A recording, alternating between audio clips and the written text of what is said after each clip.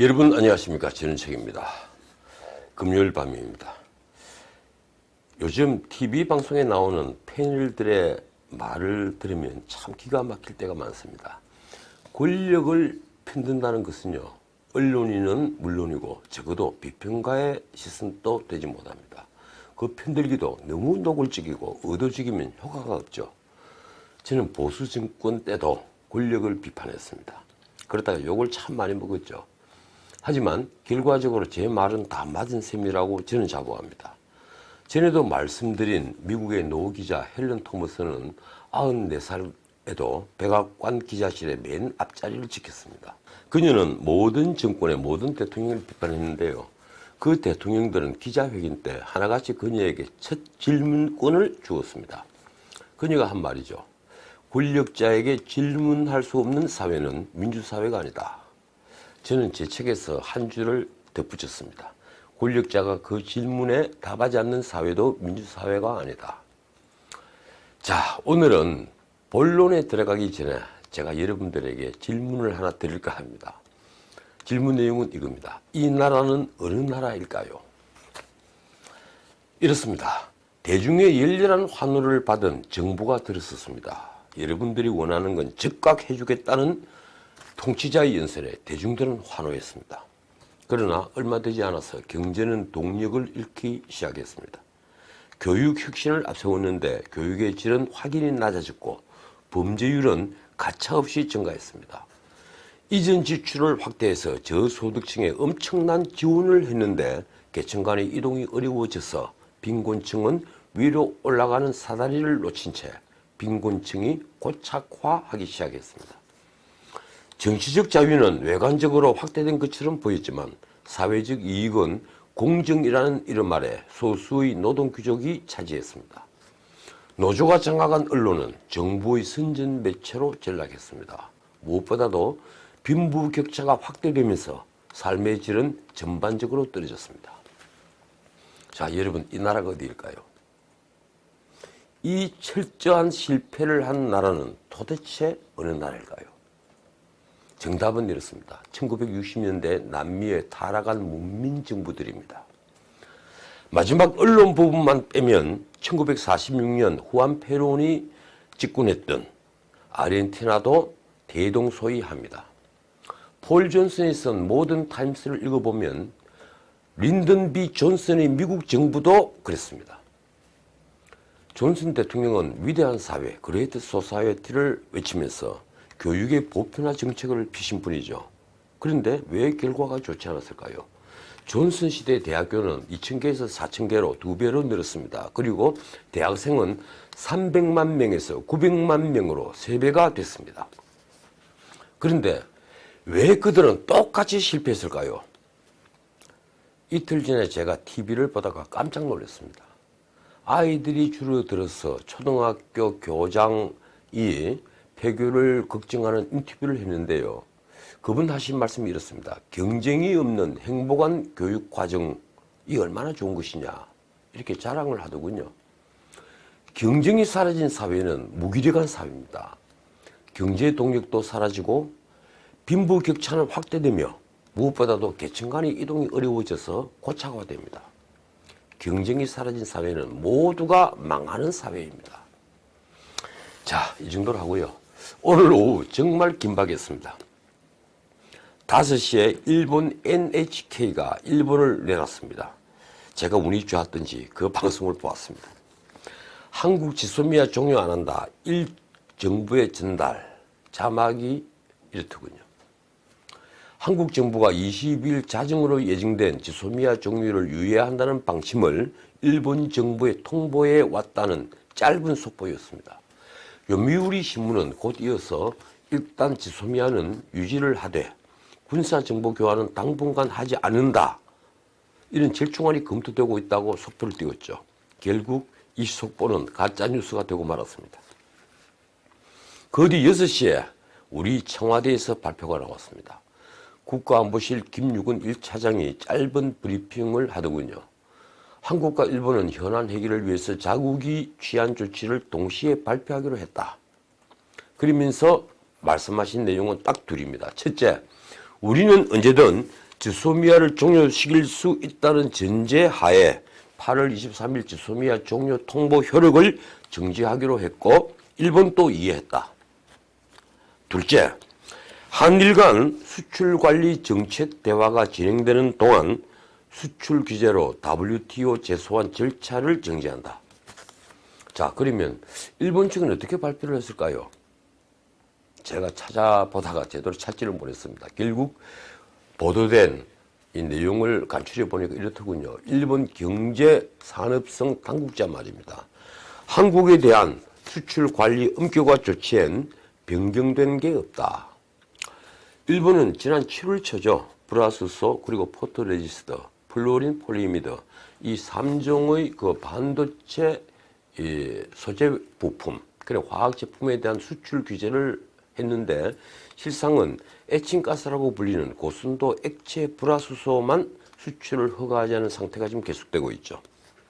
그리고 8월 말엔 우리를 화이트리스트, 즉 백색 국가에서 제외를 했습니다.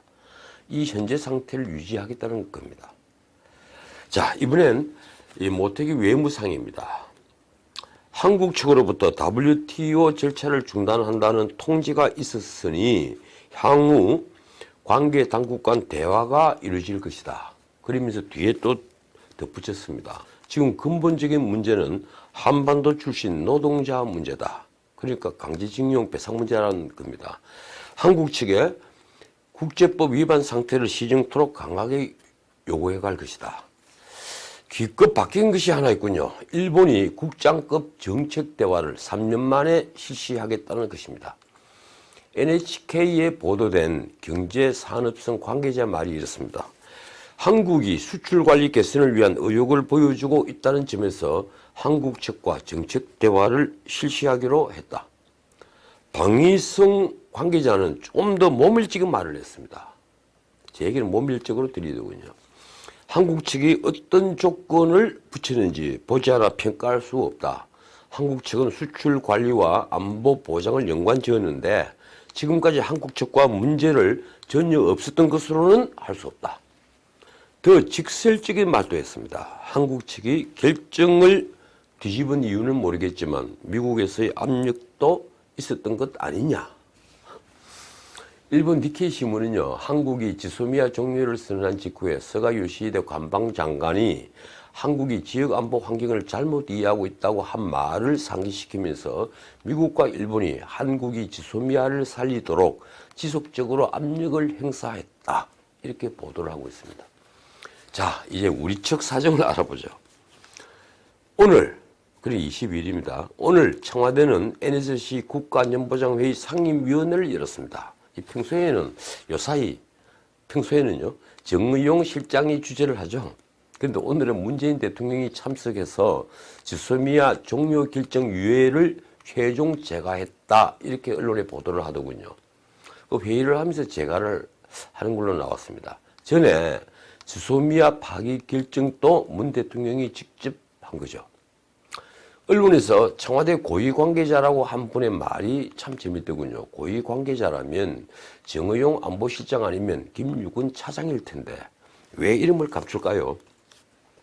정부는 그동안 몇 가지 원칙을 가지고 한일 간 현안을 해결하기 위해 관련국과 긴밀한 협의를 해왔다. 여기에서 관련국은 아마 미국이겠죠. 그러니까 미국이 지속적으로 지소미아를 종료하지 말 것을 압박했다는 얘기입니다. 또 그 고위 관계자는 이런 말을 했습니다. 최근까지 한일은 외교 채널을 통해 매우 실질적인 협의를 해왔다. 우리는 기본 원칙을 유지하면서 일본이 수출 규제 조치 현안 해결에 기여하는 방향으로 양국 간 대화를 재개하고 이에 따라 조건부 지소미아 종료 효력과 WTO 제소 절차 진행을 잠정적으로 중단하는 방향에 합의했다.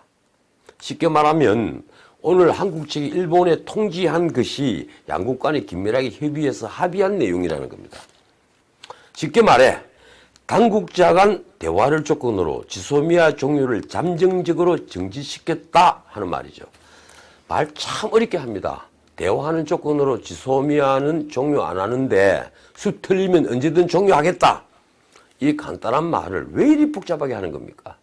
그러니까 지소미아가 1년간 자동 연장되는 건 아니다. 우리 입장도 있고 미국의 압력도 거세니까 잠깐 종료를 정지한 상태에서 다시 논의해보자. 이런 말이죠.